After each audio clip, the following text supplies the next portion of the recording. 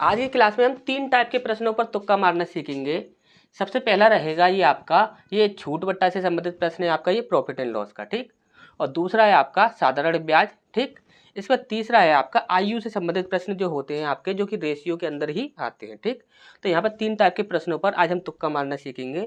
किसी भी प्रश्न को हमें बिल्कुल भी सॉल्व नहीं करना है, सीधा ही हम मारेंगे यहाँ पर तुक्का, और तुक्का जो भी आपका आएगा वह 100% सही आंसर आएगा। इसकी पूरी जिम्मेदारी हम लेते हैं, लेकिन शर्त ये रहेगी कि जो भी बातें हम आपको बताएंगे उन्हें आपको अच्छे से समझ लेना होगा और उन्हें याद रखना होगा। यदि इस चीज़ में यदि आप गड़बड़ करते हो तो इसकी जिम्मेदार सिर्फ आप होंगे, हम नहीं होंगे, ठीक। अब यहाँ पर देखिए, किसी प्रश्न को हमें सॉल्व नहीं करना, सीधा ही हम यहाँ पर तुक्का मारेंगे और तुक्का मारने का जो भी आपका आंसर आएगा वह 100% सही आएगा, ठीक।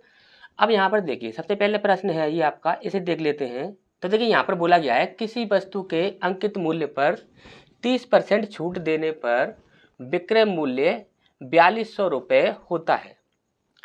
यदि छूट 20% दी जाए तो विक्रय मूल्य क्या होगा, ये हमसे यहाँ पर पूछा गया है। अब यहाँ पर देखिए आपके 2 प्रकार से ये चीज़ें पूछी जाएंगी।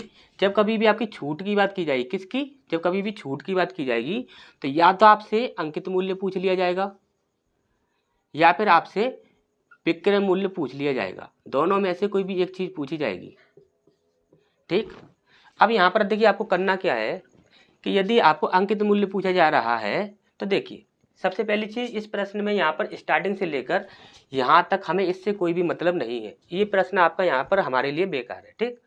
अब यहाँ पर हमें किस चीज़ की आवश्यकता है, तो यहाँ पर है हमें इस चीज़ की आवश्यकता है कि यहाँ पर छूट कितनी दी गई है।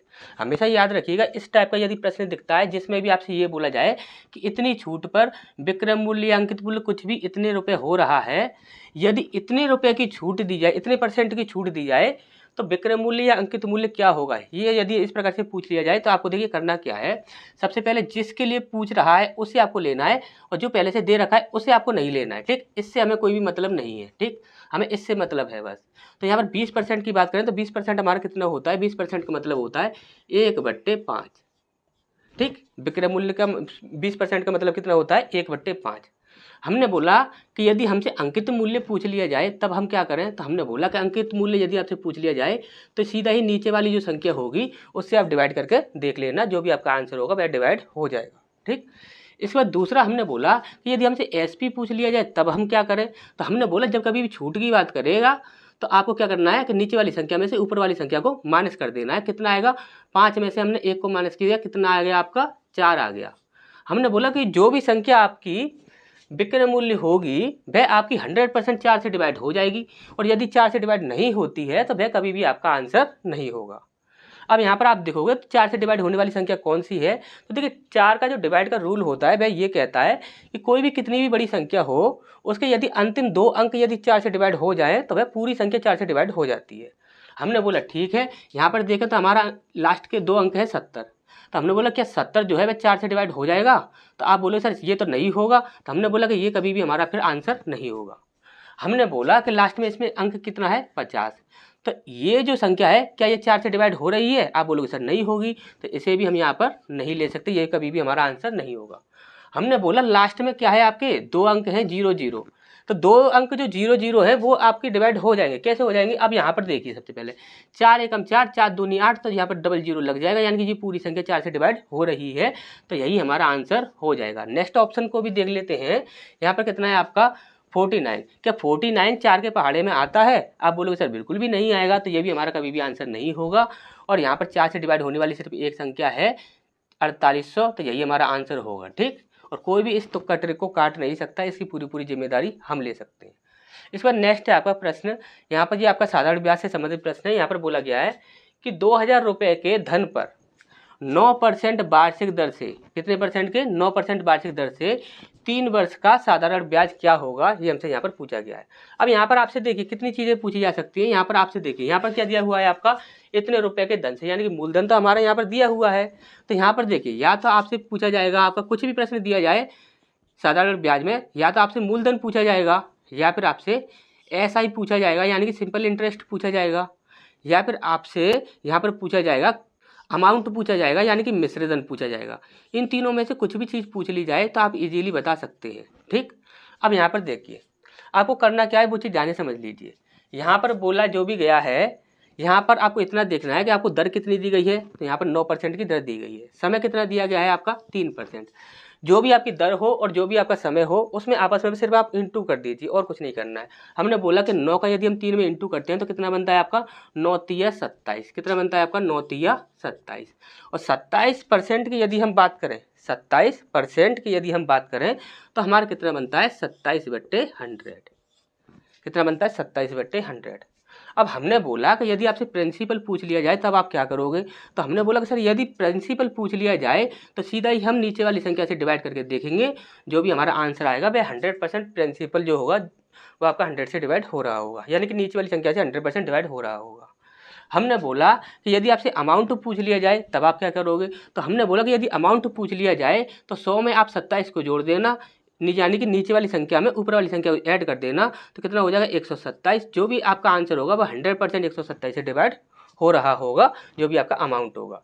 अब हमने बोला कि सर यदि अब ऐसा ही पूछ लिया जाए तब हम क्या करें, तो ऐसा ही पूछ लिया जाए तो आपको कुछ भी नहीं करना है, सीधा ही ऊपर वाली संख्या जो होगी उससे आपको डिवाइड करके देख लेना है, जो भी आपका आंसर होगा वह 100% डिवाइड हो जाएगा। अब आप बोलोगे सर 27 का तो हमें पहाड़ा भी नहीं आता, तो 27 के पहाड़े से हम डिवाइड करके ऐसे कैसे देख सकते हैं, तो आप ध्यान से समझ लीजिए। यदि 27 के पहाड़ा आपको नहीं आता तो कोई भी आपको यहाँ पर कोई भी आपको अंक दिख जाए तो उसमें हमेशा ही आपको क्या करना है कि एक अभाज्य संख्या निकाल लेनी है। अभाज्य संख्या यदि आप निकालते हो तो आपका कितना बनता है, यहाँ पर आप एक अभाज्य संख्या 3 निकाल सकते हो, तो 3 के साथ हम किसका इंटू करें, 9 का यदि हम इंटू कर देते हैं आपको 27 बन जाएगा। 3 नाम 27, यानी कि एक अभाज्य संख्या हमें कितनी मिली है 3 मिली है।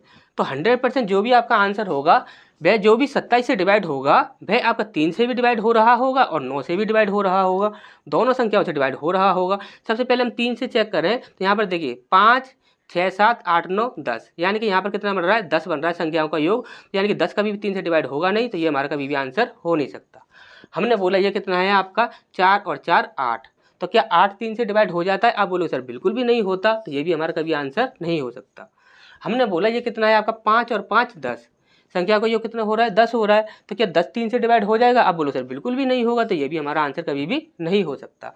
हमने बोला ये कितना है आपका 5 और 4 9, तो 9 जो होता है वह 9 जो है वह 3 से भी डिवाइड हो जाएगा और 9 से भी डिवाइड हो जाएगा, यानी कि 100% हमारा सही आंसर क्या होगा ये होगा, और कोई भी इस तुक्कड़ को काट नहीं सकता है, 100% गारंटी हमारी है। ठीक, इसके बाद नेक्स्ट है आपका मेरी वर्तमान आयु का 3/5। ध्यान से समझिएगा इस प्रश्न को थोड़ा सा। हाँ, तो यहाँ पर देखिए यहाँ पर बोला गया है मेरी वर्तमान आयु का 3/5 उतना ही है जितना मेरे चचेरे भाइयों में से एक की आयु का 5वां छठा है। ठीक, इसके बाद बोला गया है मेरी 10 साल पहले आयु उनकी आज से 4 साल बाद की आयु होगी।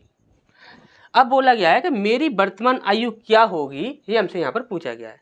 तो देखिए काफ़ी उलझा हुआ प्रश्न लग रहा होगा आपको ये, लेकिन इसमें कुछ भी नहीं है, सीधा ही आप तुक्का मारोगे और तुक्का मारने के बाद 100% आपका आंसर सही आएगा। यदि इस प्रकार से देखिए आपको हमेशा ही क्या करना है, ध्यान से समझ लीजिएगा, जब कभी भी आपको रेशियो से संबंधित प्रश्न दिखेगा तो आपको क्या करना है कि जो चीज़ आपको पूछी जा रही है, जो चीज़ आपसे पूछी जा रही है, यदि उसका आपको रेशियो भी दिया गया है तो आपको सिर्फ रेशियो से डिवाइड करके देख लेना है, जो भी आपका आंसर होगा वह 100% आपके सामने आ जाएगा। अब यहाँ पर देखिए यहाँ पर क्या पूछा गया है कि मेरी वर्तमान आयु क्या है, ये हमसे यहाँ पर पूछा गया है। अब मेरी वर्तमान आयु क्या है, यानी कि मेरी वर्तमान आयु का अनुपात भी हमें चाहिए, लेकिन अनुपात हमारे पास नहीं है, तो हमें छोटी सी कैलकुलेशन तो करनी पड़ेगी। ठीक, क्योंकि हमें क्या चाहिए, रेशियो चाहिए। अब यहाँ पर आप ध्यान से देखिएगा हमने क्या बोला, उसने हमसे बोला है मेरी वर्तमान आयु का 3/5। हमने बोला मेरी का मतलब एम, मतलब माई, तो एम लिख दिया हमने, मेरी हो गया ये। ठीक, मेरी वर्तमान आयु का 3/5, हमने बोला 3/5। ठीक, उसके बाद उसने बोला है कि उतना ही है, उतना ही है यानी कि बराबर है किसके, जितना मेरे चचेरे भाइयों में से एक की आयु का, चचेरे भाइयों का यानी कि हम इस प्रकार से लिख देते हैं, यहाँ पर सी लिख देते हैं, तो चचेरे भाइयों में से एक का 5वां छठा, क्या बोला गया है 5वां छठा। ठीक, अब हमें यहाँ पर रेशियो मिल जाएंगे। अब हमें क्या करना है कि यहाँ पर ये एम है यानी कि मेरा, और इसके बाद सी है आपका चचेरे भाई। ठीक, अब यहाँ पर हमें क्या करना है कि इसको तो हम यहाँ पर 5/6 इस प्रकार से लिख लेंगे, और यहाँ पर जो भी संख्या आपकी डिवाइड में होगी वह आपकी इंटू में चली जाएगी, और जो भी आपकी इंटू में होगी वह आपकी डिवाइड में चली जाएगी। इतना सा हमें करना है। तो यहाँ पर मेरा जो भी रेशियो बन रहा है मेरी आयु का, जो भी वर्तमान आयु का जो भी रेशियो बन रहा है वो कितना बन रहा है, 5 × 5 = 25, ठीक। और चचेरे भाई की यदि पूछी जाती तो चचेरे भाई की वर्तमान आयु का रेशियो कितना बनता, तो उसका बन जाता आपका 6 × 18, ठीक। अब यहाँ पर हमें क्या पूछा गया था कि मेरी वर्तमान आयु क्या है। हमने बोला कि यदि मेरी वर्तमान आयु निकालनी है तो यहाँ पर जो मेरा जो रेशियो है उससे आप डिवाइड करके देख लो, जो भी आपका आंसर होगा वह 100% डिवाइड होगा और जो आपका आंसर नहीं होगा वह कभी भी डिवाइड नहीं होगा। हमने बोला यहाँ पर 25 से यदि हम डिवाइड करते हैं तो क्या 52 डिवाइड हो जाएगा, आप बोलोगे सर बिल्कुल भी नहीं होगा, तो ये हमारा कभी भी आंसर नहीं होगा। हमने बोला क्या 25 से 53 डिवाइड हो जाएगा, आप बोलोगे सर बिल्कुल भी नहीं होगा, तो ये भी हमारा आंसर नहीं होगा। हमने बोला क्या 25 से 50 डिवाइड हो जाएगा, आप बोलोगे सर बिल्कुल हो जाएगा, तो यही हमारा आंसर हो जाएगा। अभी लास्ट ऑप्शन और बचा हुआ है, यहाँ पर बोला कि हमने 25 से 55 डिवाइड हो जाएगा, आप बोलोगे सर बिल्कुल भी नहीं होगा, तो ये हमारा कभी भी आंसर नहीं हो सकता। तो हमारा आंसर क्या हो जाएगा, 50 वर्ष, ठीक। इन तुक्का ट्रिकों को कोई भी काट नहीं सकता है, आप इजीली इनका प्रयोग कर सकते हैं। और आपका कोई भी कैसा भी एग्जाम हो, कोई भी कैसा भी एग्जाम हो, हर एग्जाम के लिए ये तुक्का ट्रिक आपकी काम करेंगी। और अब तक हमने जितनी भी आपको तुक्का ट्रिक बताई हैं, जैसे कि profit and loss, CISI, mensuration, geometry, जितने भी आपके टॉपिक हैं मैथ में, जितनी भी अब तक आपको तुक्का ट्रिक बता चुके हैं, वो सारे ही टॉपिक जो हैं मैं इस वीडियो के, यदि आप डिस्क्रिप्शन में जाओगे तो वहाँ पर आप जाकर आपको एक लिंक मिलेगा।